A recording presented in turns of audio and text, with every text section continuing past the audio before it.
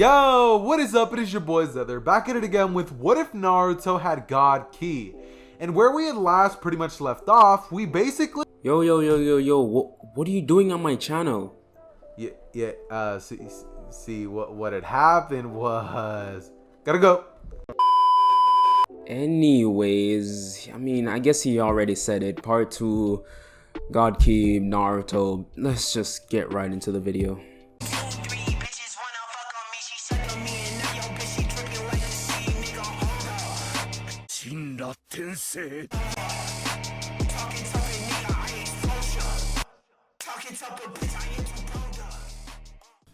So last time we left off with Naruto easily beating Sasuke in the graduation exams and becoming the Rookie of the Year. Of course, Sasuke fangirls couldn't accept this, but their opinion doesn't matter, as Iruka so graciously put it. So after everyone got their rankings, they were sent home to come in tomorrow to get assigned to a team. But let's switch perspectives to Hiruzen. Hiruzen was pulling out his hair from the mountain of paperwork in front of him. Then, in a cloud of smoke, an Anbu appeared. Hiruzen sighed and said, "This better be important." And the Anbu responded, "Lord Hokage, you are being summoned to a council meeting." Hiruzen said under his breath, "I'm getting too old for this."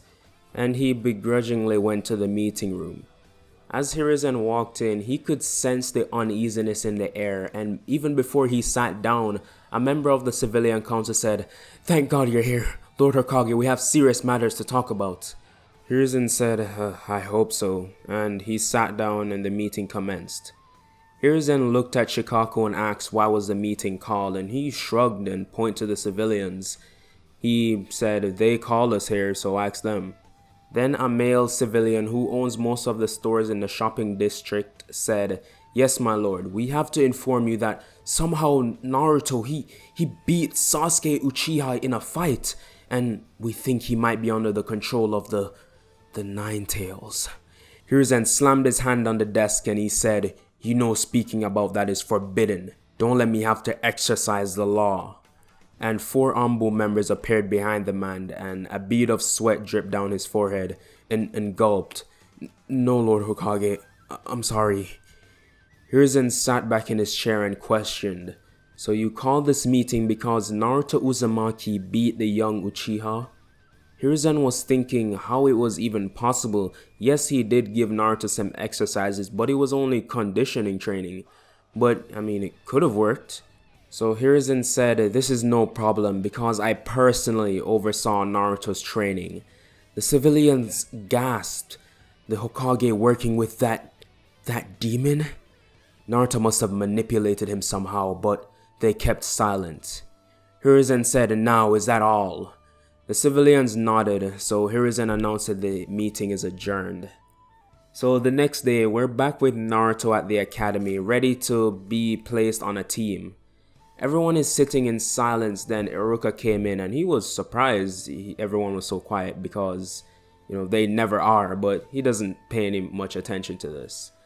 Iruka stares at the class and goes face from face with a tear running down his eye. "You guys don't know how proud I am of you. You have all come so far, especially Naruto. From the bottom of the class to Rookie of the Year, that's impressive. Now, I'll be assigning the teams." Iruka looked down at the list of teams given to him by Hiruzen and started reading them off. Nothing changes about the team arrangements, but when Sakura heard Sasuke was going to be on her team, she couldn't stop rubbing it in Ino's face, but she wasn't so keen on Naruto. Sasuke didn't care about Sakura, but pissed he was lumped in on a team with that damn Naruto. But at least he is sure to get back at him sometime. And Naruto didn't care who was on his team really. Actually, Naruto hasn't been looking at everyone the same ever since he began to get a hand of his abilities. Everyone seems so beneath him. So, the Jonin senseis come and get their teams, except of course Kakashi. Seems some things never change. So 2 hours of waiting later and Kakashi walks into class to a very annoyed team. He nervously smiles and says, "Sorry for the wait, I got lost on the path of life." No one was being fooled by Kakashi's half-assed excuse. So he went straight to business, telling his new team members to meet him on the roof. Sasuke and Sakura got up to go, but Naruto didn't bother. They were wondering why, but Sasuke just laughed at how dumb Naruto was. He'd just be ridiculed by Kakashi on the first day. So while they left, Naruto took in a deep breath, and for a second his hair flashed red, and he appeared on the roof in front of Kakashi. Kakashi was confused what just happened. He was thinking the rumors about Naruto were wrong, but no, they must be right. This kid has some strange abilities. Meanwhile, Naruto is breathing heavily. The move drains a lot of his stamina, and he needs to practice it more to get a hand of it. So Sakura and Sasuke make it to the roof, and both their jaws drop seeing Naruto. They swore they left him in the class, but how?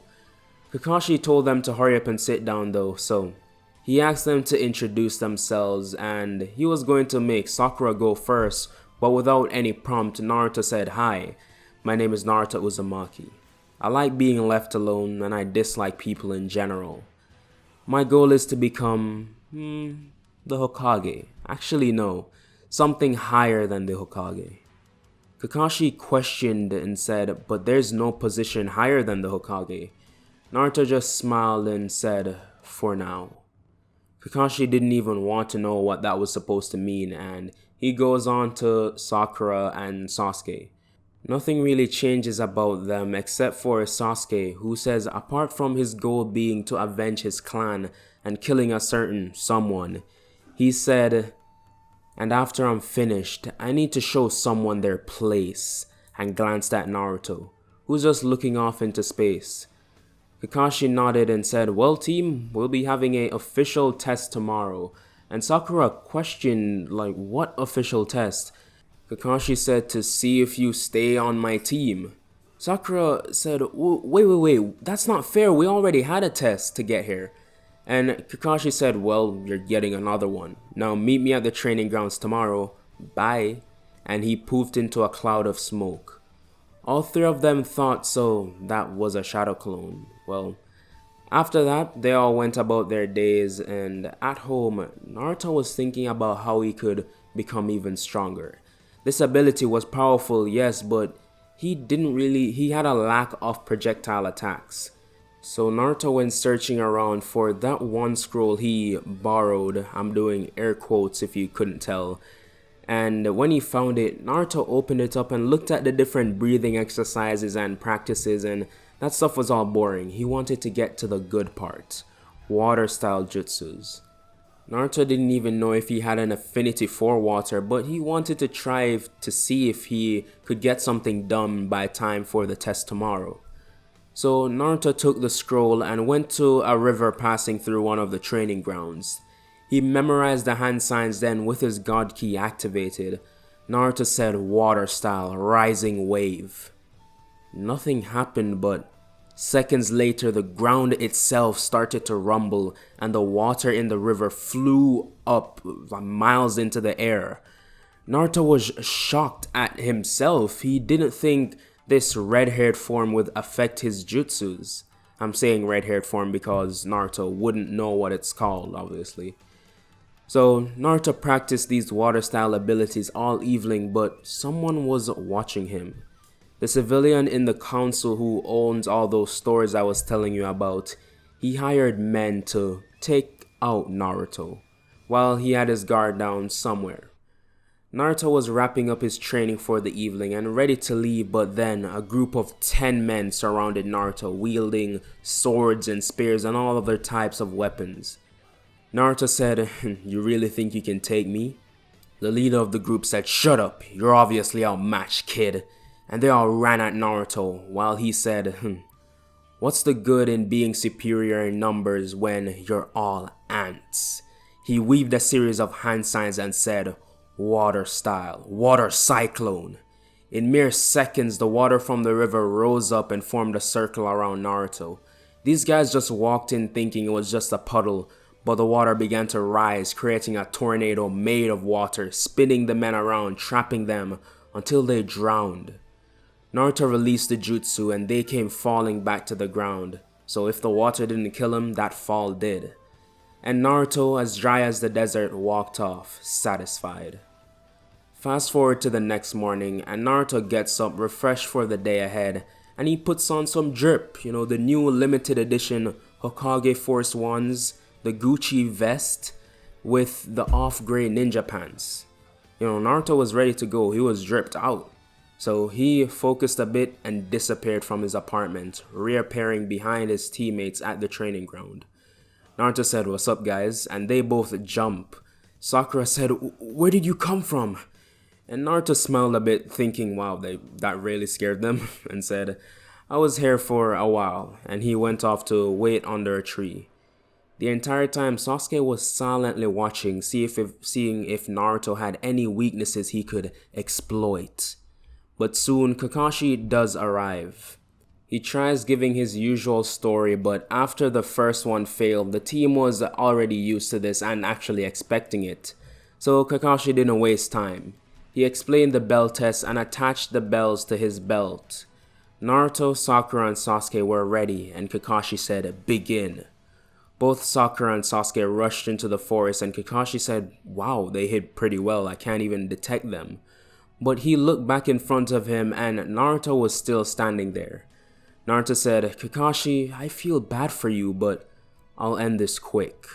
His hair turned red, and the aura around Naruto was immense.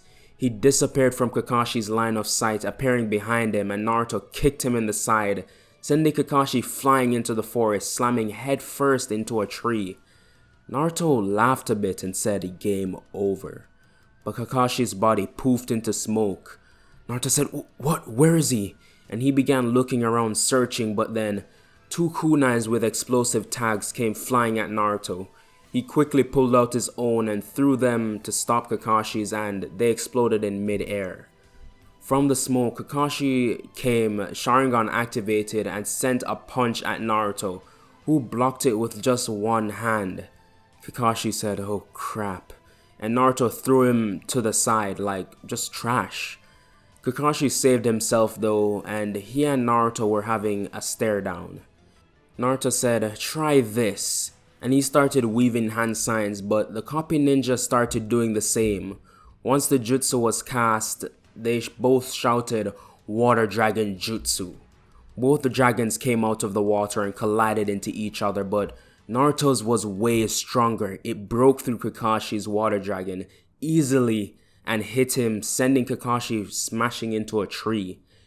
The tree Sakura and Sasuke were hiding close to, and they both quickly ran up and swiped the bells when the opportunity presented itself, winning the bell test. Kakashi wasn't moving. He laid there defeated against the tree. He doesn't even know what kind of power this is, how Naruto is this strong. Naruto went back to his normal state and dropped to one knee, breathing heavily. He cursed himself for his low stamina, but gathered himself quickly to go check on Kakashi. He does, and Kakashi explained the true purpose of the test. Even though they didn't really fulfill it, he just couldn't refuse them after that fight. Naruto helped Kakashi up to the hospital where he had to rest for the whole week. And during that entire fight, Sakura and Sasuke were watching in complete awe, like, what even is Naruto? Sasuke the whole time was thinking, how would he even compete? So, 2 weeks pass.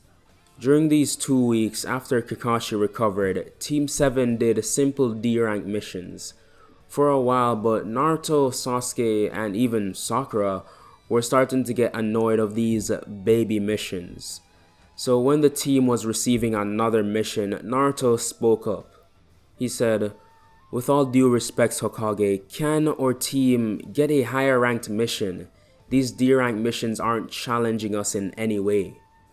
Hiruzen was caught off guard by Naruto's formal tone and said, "Well, I do have a C-rank mission here and no team is gonna get it, so I guess you can have it this one time." Kakashi was surprised that even worked because he can't lie, chasing cats all day isn't fun. Hiruzen explains the details of the mission. It will be an escort mission where you escort the bridge builder Tazuna back to the Land of Waves. Naruto and the rest of Team 7 were satisfied by this mission. At least they get to get out of the village for once. So Hiruzen says to an Anbu, bring him in. And the doors open and Tazuna stumbles into the room as drunk as a sailor. He said, huh? These are who gonna escort me? Some damn kids. What do you take me for? Look at that pink-haired one in the middle. She can't even perform a jutsu, I bet. Pathetic. Tazuna was about to go off on all of them, but Hiruzen said, okay, that's enough, Tazuna. We appreciate it. He said, wait, I'm not done talking. Hiruzen said, no, I think you are, and he had an Anbu member escort him out. Naruto sighed, knowing he would be a handful, but hoped he would get more sane while sober. So the next day rolls around and Team 7 was meeting with Tazuna at the gates of the Leaf Village. Naruto packed a few essentials in a backpack and so did his other two teammates, but he was wondering why Kakashi didn't have anything on him, any backpack, really nothing, just his kunai pouch. Naruto thought there must be some sort of technique he's using, but he'd have to learn that at another time because Tazuna was approaching. He seems more calm and said, well, are you guys ready? The group nodded and set off. 15 minutes of walking and the team was approaching a puddle. No one really paid attention to it, not even Naruto, but Kakashi was keyed into the genjutsu. They walked past, then two ninjas jumped out ready to attack Tazuna. Sasuke quickly turned around and kicked the ninja away while Naruto dodged the attack and counterattacked with a fist to the face. From that, the ninja was knocked out and Naruto was confused. He wasn't even in his stronger form, yet it was like his base was getting stronger. Anyways, Kakashi tied up the two and began interrogating them, but they wouldn't budge, so Kakashi had to pull out some of the Ibiki tactics. Kakashi put an explosive tag on one of the brothers and he said, if you don't tell me what I need to know, your brother's life will be in your hands. He immediately cracked, fearing for his brother's safety. He said, okay, we were contracted by Gato to go after the bridge builder. Kakashi slammed his hand on the tree the brother was leaning on and said, why? He said, we don't know, we just wanted some money. Kakashi thought about it for a second and took the tag off the brother and opened up a small book in his pocket. He flipped through the pages before landing on the right one. He said, so you guys are the Demon Brothers. Well, it seems you'll be making me some money. You see, Kakashi was looking through the bingo book to see if they had bounties on their heads. And they did, dead or alive. So Kakashi was getting ready to carry them along, but Naruto stopped him. He said, I think I have a better way to get there. The move isn't perfected, damn, I don't even know if it'll work, but it's worth a shot. Kakashi asked what he was even talking about, but Naruto simply said, just hold on to me. Everyone joined hands and in an instant the group disappeared and reappeared in the streets of the Land of Waves. Naruto fell to both knees and started vomiting last night's dinner. Transporting that many people when he could barely use the technique, that could have put enough pressure on his body to kill him, but you know, plot convenience and we can't have Naruto dying in part 2, so he lives. After getting his act together, they followed Tazuna to his house by the water. Or I don't know, they tied the Demon Brothers up to a fence like dogs, I guess. The team entered Tazuna's house and were hit with the smell of a nice curry. Tsunami greeted the ninjas and helped the sick-looking Naruto to a room to rest. While he was there, they all sat down at the table and ate some food. The food was too good to describe with words. Sasuke and Sakura were enjoying every single bite and they made sure Tsunami knew it. She blushed at all their compliments and said she's grateful she gets to feed the ones that protected her father. But of course, all good things must come to an end. Inari came into the room and he took one look at the team and was disappointed. He said, you should all go home right now. You won't ever be able to beat Gato or his men.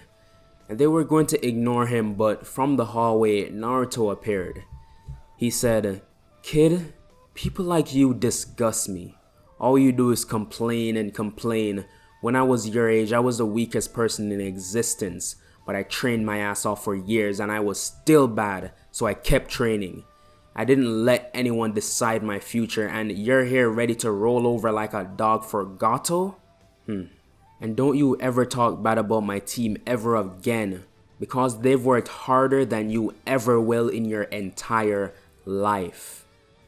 Tears were welling up in Inari's eyes and he ran off to his room. Sakura turned around. Naruto, don't you think you went a little too far? Naruto ignored her and went back to rest up, and a week time skip. During this week, Naruto and Team 7 have been overseeing the construction of the bridge, and Kakashi taught them the usual tree walking and water walking actually. But unlike canon, Naruto adapted quickly and got both of them their first try. This did not make Sasuke feel good. He tried for the entire night to finally get it, and even after that he still wasn't as good as Naruto. But back to the present. Naruto and Team 7 were overseeing construction when a heavy mist rolled in, making you basically blind, and a voice spoke. Kakashi, you really gave me the slip. You had me waiting for 5 days. Kakashi didn't even know who this was, but he saw a shadow coming towards him. Kakashi quickly lifted his headband and narrowly dodged a sword strike from Zabuza. Naruto was hearing this fight and wanted to help him some way. He flared up his god ki as much as possible, and the pressure from it slowed Zabuza down to a stop. Naruto then threw 5 explosive kunai in that general direction and released the pressure. The explosion cleared some of the mist and Naruto saw Zabuza with scorch marks all over his body, but he wasn't happy. He said, "You damn kid, I'll kill you!" But this was not the best place to attack. Naruto weaved hand signs and said, "Water style, twin vortex." 2 streams of water came from the ocean below the bridge and slammed into Zabuza, spinning him violently. Zabuza screamed, "Haku!" and the masked ninja was coming to Zabuza's rescue. They tried kicking Naruto, but one doesn't touch a god. Naruto dodged, and while the person was off balance, punched Haku in the chest, sending her flying off into the mist. And at the same time, Naruto then heard a loud sound. It sounded like 1,000 chirping birds. Yes, Kakashi was using the Chidori. He ran towards Zabuza to finish him off, but Haku, the mad lad, protected him. The blade went right through his heart, killing him on the spot. So after that, everything plays out like usual. Gato's men show up and tell Zabuza he was just his tool. And enraged, Zabuza went full demon mode, killing all the mercenaries with just a kunai in his mouth. This guy is crazy. Zabuza stood over Gato before killing him, and he said, "I'll be seeing you in hell." And he ripped through Gato's throat with the kunai and kicked him off the bridge. Zabuza used the last of his strength to lay beside Haku.